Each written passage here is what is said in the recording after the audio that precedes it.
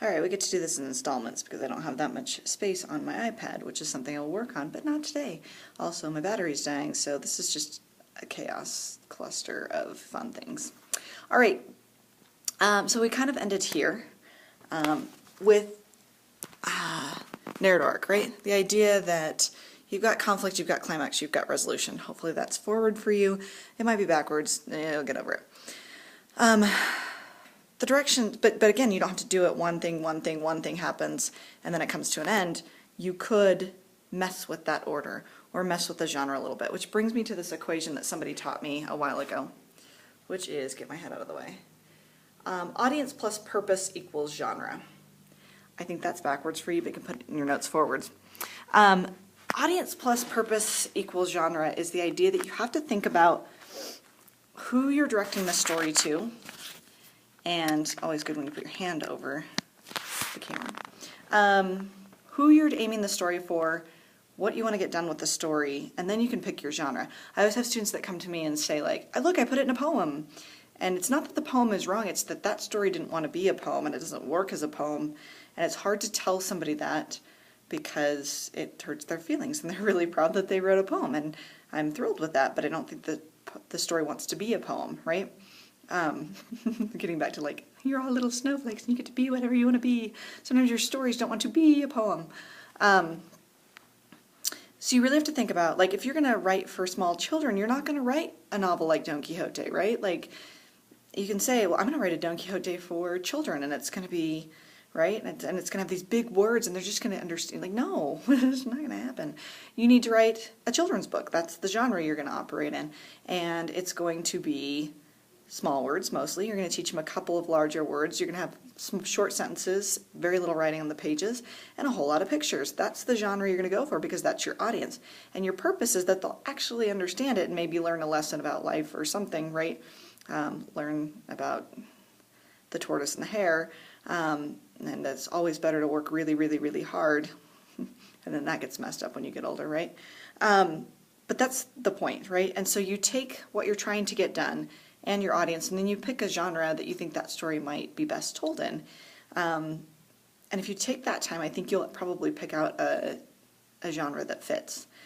Think about the stories that we've read here at school, right? Before We Were Free is an actual narrative arc. It follows a standard story order, but towards the end she switches to a journal, right?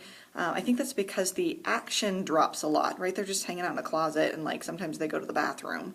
The action is lower. You can't tell it like a story because as a story it's kind of lame. We sat in the closet and played cards. We sat in the closet and thought about life. We sat in the my mom got mad at me for making noise. I went to the bathroom. Like, that's not a good event story.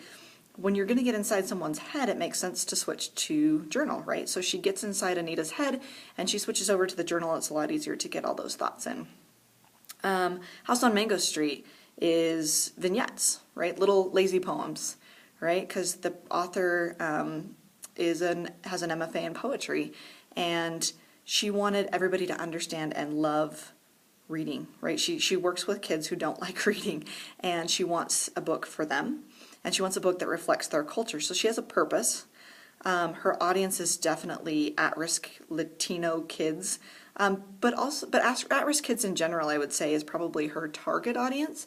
And then she really wants everybody to just enjoy reading this book, and so she chooses short little snapshots, right? That even people who hate reading can read these chapters very quickly and feel successful and understand what's going on. She didn't want them to be complex, right? Cervantes is going for complexity in Don Quixote, and he's killing it.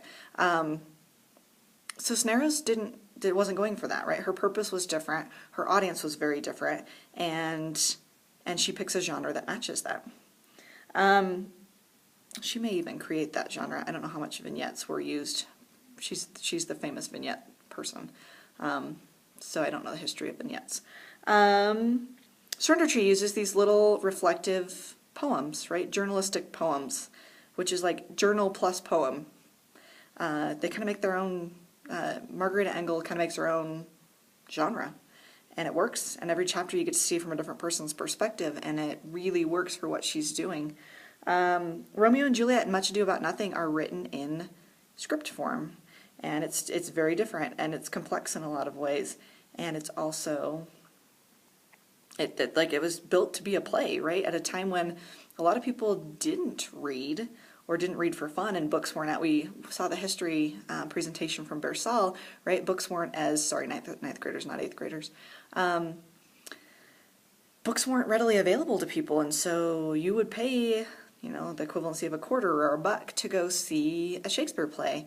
And so, of course, it was going to be written in play format so that it could be put on the stage easily and quickly. So he had a purpose, right? And he has an audience, and his audience doesn't read. So he has to figure out how to make that happen. Then there's Don Quixote. Oh, good gracious. It's an episodic satirical hero's journey, right? We've got the hero's journey going on strong. Episodic, each one kind of stands on its own, and it's strong satire. It's extreme people and extreme character, I guess that's the same thing. Extreme characters, extreme scenarios. I'm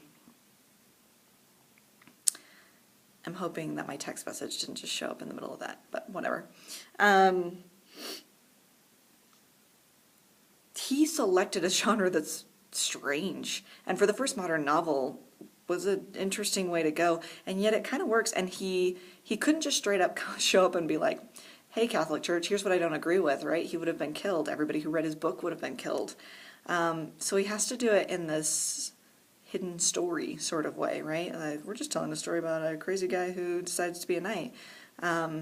He chooses a genre to meet his purpose. He is criticizing the Catholic Church. He is criticizing New Spain and their government.